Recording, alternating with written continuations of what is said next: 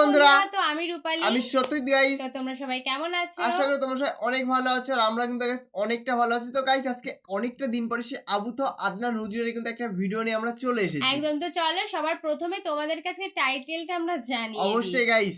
তো বলছে মূর্তির সামনে দুইজন মুসলিম লোকের সেরা ঘটনা। তো আজকে হ্যাঁ মূর্তির সামনে দুজন মুসলিমের ঘটনা কিন্তু আজকে আমরা শুনতে চলেছি। মানে এরকম ধরনের ভিডিও গাইস আমরা ফার্স্ট টাইম কিন্তু আবু তো আদনান হুজুরের কাছ থেকে কিন্তু শুনতে চলেছি। আর সেই ঘটনাটাকে সেরা, মানে সেরা কথাটা যখন যুক্ত করেছে তার মানে বিষয় ঘটনা আছে, অনেক ঘটনা আছে ভিডিওর ভিতরে। তো অবশ্যই ভিডিওর মধ্যে দিয়ে আমরা বুঝে নেব বা দেখে নেব। তো আমাদের মেইন ভিডিও কোন ডেসক্রিপশন বক্সে চলে আসবে গাইস, তোমরা ওখান থেকে চেক আউট করে নিও। তো চলো গাইস আজকের ভিডিওটি দেখা যাক। যে একদিন দুই ব্যক্তি একটা গ্রামের ভিতর দিয়ে যাচ্ছিল। হাদিসে কিতাবুত তাওহীদ গ্রন্থের মধ্যে আছে, দুইজন ব্যক্তি একটা গ্রামের মধ্যে দিয়ে আছে। সেই গ্রামের মানুষরা মূর্তি পূজারী, মানে হিন্দু তারা। তো ওদের পথ আটকে দিল, দিয়ে বললো যে তোমরা যেতে পারবে না সামনে যতক্ষণ না আমাদের এই দেবতার সামনে কিছু না কিছু উৎসর্গ করছো। ঠিক আছে? তো একজন বললো যে আমি কিচ্ছু দিতে পারবো না, কারণ আমি তাওহীদপন্থী মানুষ, আমি কিছুই দিব না, আমি কোনো মূর্তির সামনে কোনো নজর মানত পেশ করবো না। তখন তাকে চাপ প্রয়োগ করা হচ্ছে যে একটা মাছির দানা হলেও দিতে হবে। সে বলল আমি মাছির দানাও দেব না। তখন তারা সবাই মিলে তাকে ধরে হত্যা করল। নবী সাল্লাল্লাহু আলাইহি ওয়াসাল্লাম বলেন এই ব্যক্তি জান্নাতে চলে গেল। আর যে দ্বিতীয় বন্ধু, সেই বন্ধু বলছে আমার কাছে কিছু দেওয়ার নাই, তখন তাকে ফোর্স করা হচ্ছে একটা মাছি হলেও দিতে হবে। তখন সে একটা মাছি কুরবানি করলো, ওই স্ট্যাচুর জন্য একটা মাছি উৎসর্গ করলো। নবী সাল্লাল্লাহু আলাইহি ওয়াসাল্লাম বলেন এই মাছিটা উৎসর্গ করার কারণে সে জাহান্নামে চলে গেছে। আমি কিভাবে বুঝাবো আপনাকে শিরক আর তাওহীদ কি জিনিস? মানে লা তুশরিক বিল্লাহি শাইআ, মানে আপনার চিন্তার মধ্যে যাররা পরিমাণ শিরকি আকীদা থাকা যাবে না। আপনার কাজ আমল, আপনার আমলের মধ্যে যাররা পরিমাণ শিরক থাকা যাবে না। আপনার কথার মধ্যে যাররা পরিমাণ শিরকের ছোঁয়া থাকা যাবে না। এই তিনটা ক্ষেত্রেই মূলত শিরক হবে, হয় চিন্তায় হবে শিরক, না হলে কথায়, না হলে কাজে। চিন্তায় কেমন, এই যে কেউ মনে করছে যে আল্লাহ বলতে কেউ নাই, নাউযুবিল্লাহ। এই মহাবিশ্ব সৃষ্টি হয়েছে বিগ ব্যাং থেকে, কেউ সৃষ্টি করে না। তোমরা এগুলো পড়ো না সায়েন্সে? হ্যাঁ। তারপরে মহাবিস্ফোরণের মধ্য দিয়ে অটোমেটিকলি এটা এভাবেই সৃষ্টি হয়ে গেছে। পৃথিবী ঘুরছিল, প্রথমে উত্তপ্ত ছিল, তারপরে আস্তে আস্তে ঠান্ডা হলো, পরে হঠাৎ করে ওখানে প্রাণ চলে আসলো। হ্যাঁ, তারপরে কোথা থেকে জানি মানুষ আসলো, তারপর মানুষ গাছের ছাল বাকল করে থাকতো, বন জঙ্গলে ঘুরতো আর পশু শিকার করতো। সব বোগাস কথাবার্তা, মিথ্যা কথাবার্তা। এগুলো একটা কথার সাথে কোরআন সুন্নাহর কোনো মিল নাই। এই প্রত্যেকটা কথা পশ্চিমা সভ্যতা থেকে এখানে আসছে। এই প্রত্যেকটা কথা কোরআন সুন্নাহ বিরোধী। মানুষ না কখনো গাছের ছাল পাতা পরে ছিল, আর না কখনো বন্য প্রাণীর মতো জীবনযাপন করত। মানুষ সৃষ্টির শুরু থেকেই সভ্য ছিল। আল্লাহ রাব্বুল আলামিন আদম আলাইহিস সালামকে কি নগ্ন করে পৃথিবীতে পাঠিয়েছিলেন? তাকে পোশাক দিয়েছেন, তাকে জীবন উপকরণ শিক্ষা দিয়েছেন, ওহীর জ্ঞান দিয়েছেন, এবং এই পৃথিবীতে চলার জন্য যা যা প্রয়োজন সবকিছু আল্লাহ রাব্বুল আলামিন তাকে ওহীর মাধ্যমে শিক্ষা দিয়েছেন। সভ্যতা শুরু হয়েছে একজন নবী দ্বারা। সে নবীর নাম কি? আদম। প্রত্যেক যুগে যুগে সভ্যতা এগিয়ে গেছে নবীদের দ্বারা। আর এখন আমাদের এই সমাজবিজ্ঞান বইগুলোতে পড়ানো হয় সভ্যতা শুরু হয়েছে রোমকদের দ্বারা, গ্রিকদের দ্বারা, পশ্চিমাদের দ্বারা, তাই না? এর বাইরে কিচ্ছু নাই। ফিলোসফি পড়েন, ফিলোসফির প্রত্যেকটা বই এরকমই লেখা আছে। অথচ সভ্যতা শুরু হয়েছে নবীদের দ্বারা, আর সভ্যতা শেষও হবে একজন নবী দ্বারা। তার নাম কি? এবং তিনি অচিরে আগমন করবেন ইনশাআল্লাহ তাআলা, আল্লাহু আ'লাম। কিন্তু সভ্যতা শেষ হবে একজন নবীর হাতে। তো যাই হোক, ও ইলাহ আছে নাউযুবিল্লাহ, বা পৃথিবী মহাবিশ্ব আল্লাহ সৃষ্টি করেন নাই, বিগ ব্যাং থেকে সৃষ্টি, যেগুলো চিন্তাগত শিরক। শিরক এমনও শিরক আছে এখন আধুনিক শিরক, যে বিজ্ঞান কোনো কিছুকে প্রমাণ করলে মানুষ বিশ্বাস করে, বিজ্ঞান প্রমাণ না করলে মানুষ বিশ্বাস করতে চায় না। বিজ্ঞান বলছে এই ছবি এত বছর আগের, মানুষ বিশ্বাস করে। কারণ আল্লাহ পাক বলছেন যে এরকম কোটি কোটি বছর আগে মানুষ বলতে কিছুই ছিল না, মানুষের অস্তিত্বই ছিল না। পরে মানুষকে আল্লাহ পাক সৃষ্টি করলেন, হ্যাঁ, তারপর নাম শেখালেন, জান্নাতে রাখলেন, পরে সেখানে পরীক্ষা নেওয়া হলো, দুনিয়াতে পাঠালেন। মানুষ বিশ্বাস করতে চায় না। বিজ্ঞান যদি বলে যে জান্নাত বলে কিছু আছে, মানুষ বিশ্বাস করবে। হ্যাঁ, নাসা যদি বলে জাহান্নাম বলতে কিছু আছে, মানুষ বিশ্বাস করবে। কোরআনে বলা আছে জান্নাত জাহান্নামের কথা, মানুষ বিশ্বাস করতে চায় না। নাস্তিকরা বলে এগুলো মৌলবাদী কথাবার্তা। ধর্মান্ধ নাকি আপনার? ধর্মান্ধ নতুন শব্দ এসেছে। অন্ধভাবেই ধর্ম পালন করতে হয়। ধর্ম কে নাজিল করেছেন? আল্লাহ পাক। আমি কি আল্লাহর চাইতে বেশি বুঝি? তাহলে আমি যদি আল্লাহর ইচ্ছার সামনে নিজেকে আত্মসমর্পণ করে দেই, তাহলে তো আমি ধর্মান্ধই হলাম। তো সমস্যা কোথায়? তো ধর্মান্ধ না হলে আপনি ইসলাম পালন করবেন কেমন করে? আল্লাহর চেয়ে কি আপনি বেশি দেখতে জানেন? আল্লাহর দৃষ্টির চেয়ে কি আপনার দৃষ্টি বেশি প্রখর? আল্লাহ পাক যেটা দেখছেন, যেটা ওহী করেছেন, আমি চোখ বন্ধ করে সেটা পালন করছি, তা আমি তো অন্ধভাবেই ধর্ম পালন করব নাকি? কথা বুঝতে পারেন নাই? ইসলামের মৌলিক যে বিষয়গুলো, সালাত, কালিমা, সওম, যাকাত, হজ, এগুলো মৌলিক না? ইসলামের মৌলিক বিষয়গুলো মেনে চলাই তো মৌলবাদ। ইসলামের মৌলিক বিষয়গুলোকে মেনে চলবো বলেই তো আমি মৌলবাদী। আর যদি মৌলিক বিষয় না মানেন, নামাজ মানি না, কালিমা মানি না, যাকাত মানি না, তাহলে আপনি তো ইসলাম মুসলিম থাকছেন না। তাহলে মুসলিম হতে হলে তো আপনাকে মৌলবাদী হতেই হচ্ছে। কোন শব্দকে কিভাবে তাবিল করে আল্লাহ ভালো জানে। তো কোরআন এবং সুন্নাহ অন্ধভাবেই মানতে হবে।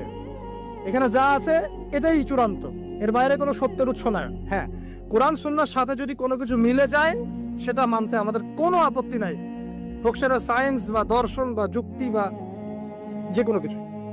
কোরআন সুন্নাহর সাথে যাই মিলে যাবে মানতে কোনো আপত্তি আছে? নাই। কিন্তু কোরআন সুন্নাহর সাথে যেটা মিললো না সেটা কি আপনি মানতে পারবেন? তাহলে কোরআন এবং সুন্নাহকে আপনাকে এভাবেই মানতে হবে, চোখ বন্ধ করে কোরআন সুন্নাহ মানতে হবে। আর আল্লাহ পাক আমার চেয়ে অনেক বেশি ভালো বোঝেন আমার জন্য ভালো কোনটা, তাহলে আল্লাহ পাকের ভালো আমি চোখ বন্ধ করে মানবো না? ডাক্তারের কাছে গিয়েছেন, আপনার মনে করেন অনেক বড় রোগ হয়েছে, অনেক ডাক্তার দেখাচ্ছেন, সলভ হচ্ছে না। একজন বড় ডাক্তারের খবর পাওয়া গেল যিনি মাদ্রাসা থাকেন, কথার কথা, সেখানে গেলেন, আপনাকে টেস্ট দিলেন। আপনি তো জিজ্ঞাসা করতে যাচ্ছেন না যে এই টেস্ট কেন দিচ্ছেন, ওই টেস্ট কেন দিচ্ছেন, এই ওষুধ কেন দিলেন, ওই ওষুধ কেন দিলেন, এই প্রেসক্রিপশন কেন। ডাক্তার যা বলছে আপনি অন্ধভাবে নিচ্ছেন না? নাকি আপনার ডাক্তারের এসব টেস্টগুলো নিজে করার ক্ষমতা আছে? আপনি কি নিজেই টেস্টগুলো করতে পারবেন? ওই ওষুধ কেন দিয়েছে, ওখানে কি গুণ আছে, কি উপকারিতা অপকারিতা আছে, এটা তো ডাক্তার ভালো জানে আমার চাইতে। তখন আমরা কিন্তু অন্ধভাবেই ডাক্তারের কথা মেনে নেই এবং ট্রিটমেন্ট নেই। আর আল্লাহ রাব্বুল আলামিন মহাবিশ্বের স্রষ্টা, তিনি জানেন মহাবিশ্বের কার জন্য কি কল্যাণকর। তিনি মুসলিমদেরকে দিয়েছেন কোরআন এবং সুন্নাহ, পুরো মানব জাতিকে দিয়েছেন।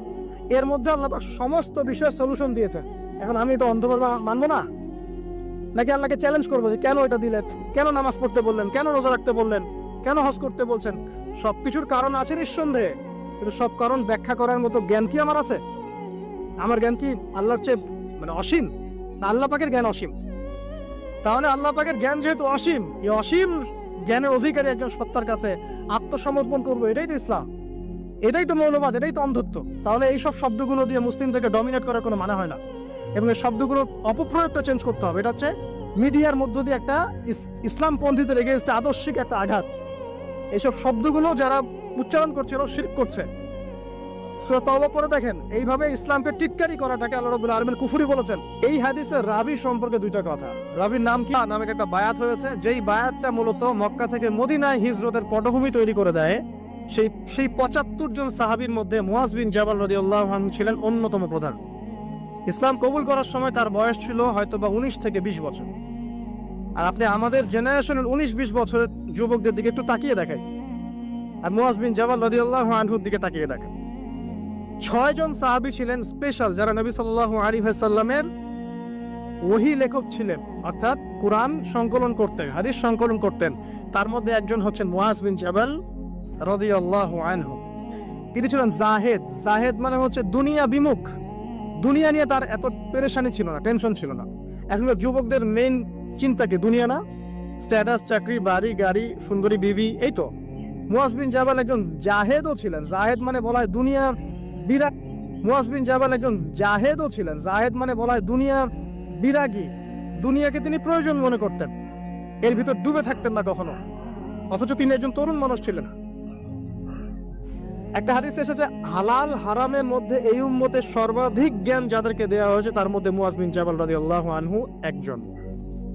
তিনি 18 হিজরিতে ইন্তেকাল করেছেন এবং তিনি অত্যন্ত সুদর্শন ছিলেন, চমৎকার বাগ্মী ছিলেন, মানে খুব চমৎকার করে কথা বলতে পারতেন, জনগণকে বোঝাতে পারতেন। আল্লাহ পাক আমাদেরকে তার মধ্যে হওয়ার তৌফিক দান করুন, আমিন।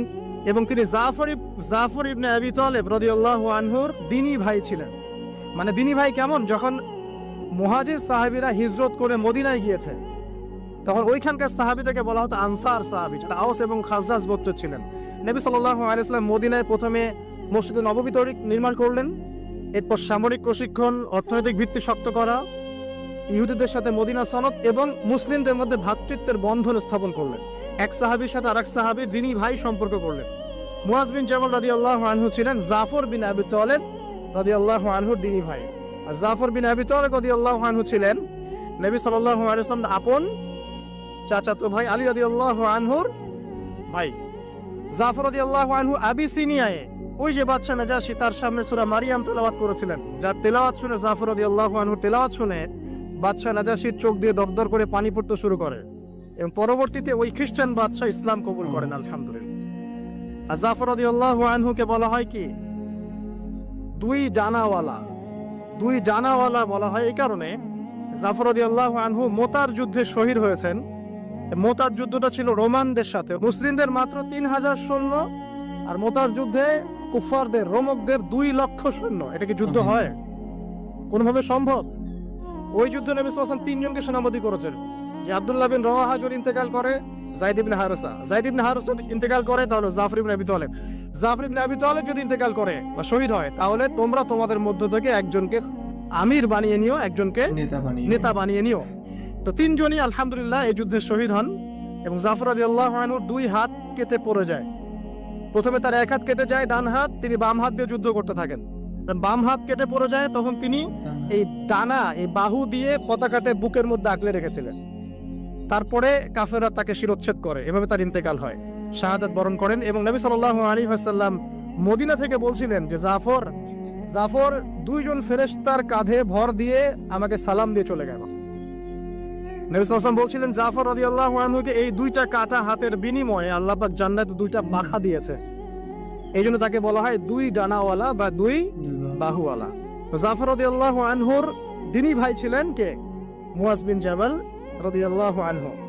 সবচেয়ে বড় কথা হচ্ছে মুয়াজ বিন জাবাল রাদিয়াল্লাহু আনহু একদিন বসে আছেন, নবী সাল্লাল্লাহু আলাইহি ওয়াসাল্লাম নিজে তার হাত ধরলেন।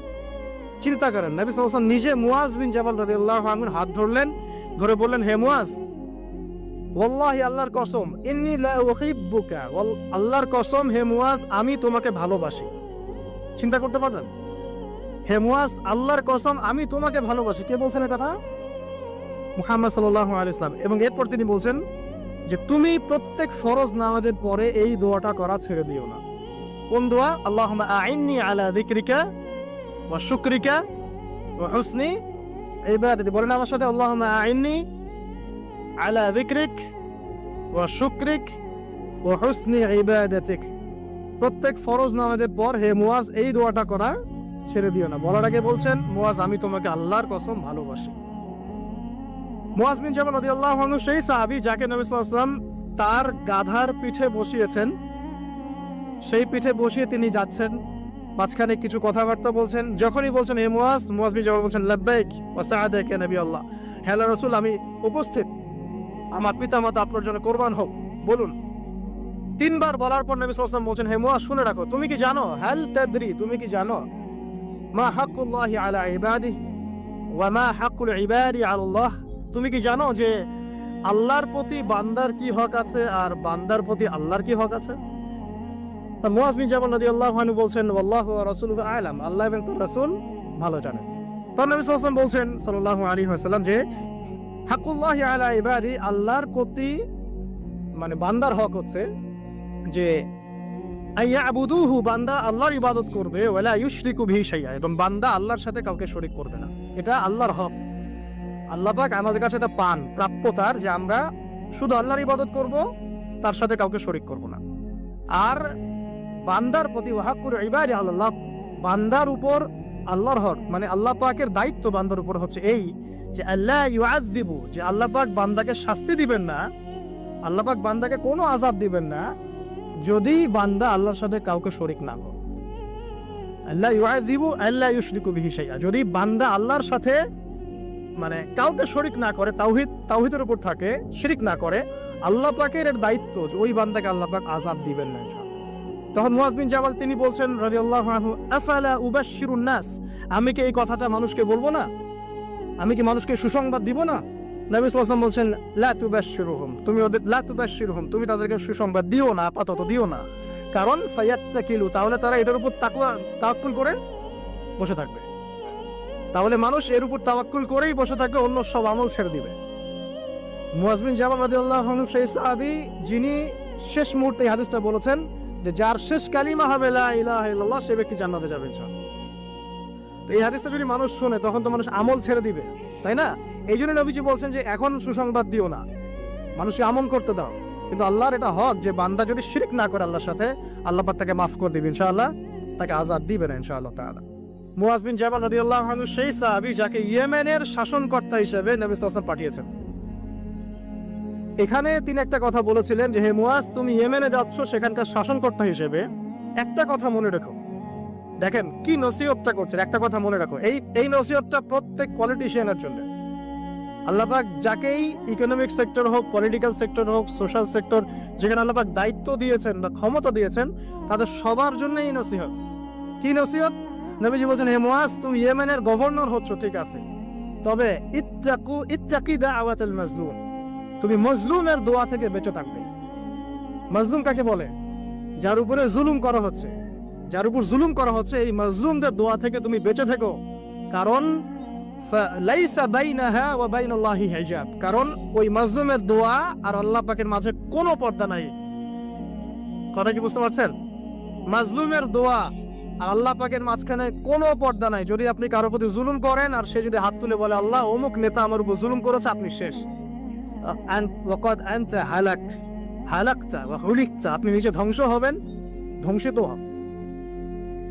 মানে আপনি যদি কারো প্রতি জুলুম করে ফেলেন আপনার ক্ষমতার বলে, এবং সে যদি আল্লাহর কাছে অভিযোগ পেশ করে, আপনি শেষ, ধরা। কারণ এই মাজলুমের দোয়া আর আল্লাহর মাঝখানে কোনো পর্দা নেই।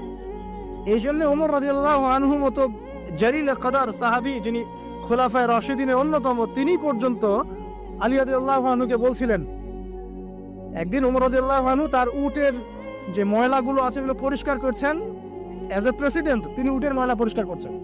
তখন আলী রাদিয়াল্লাহু আনহু দেখে বলছেন, ইয়া আমিরুল মুমিনিন, আপনি পরবর্তী খলিফাদের জন্য কত কঠিন দায়িত্ব ছেড়ে যাচ্ছেন। তখন তিনি বলছেন যে হে ইয়া আবুল হাসান ওয়ালা তালুমুনি, হে আবুল হাসান, আমাকে তুমি এভাবে বেশি প্রশংসা করে আমাকে ধ্বংস করো না।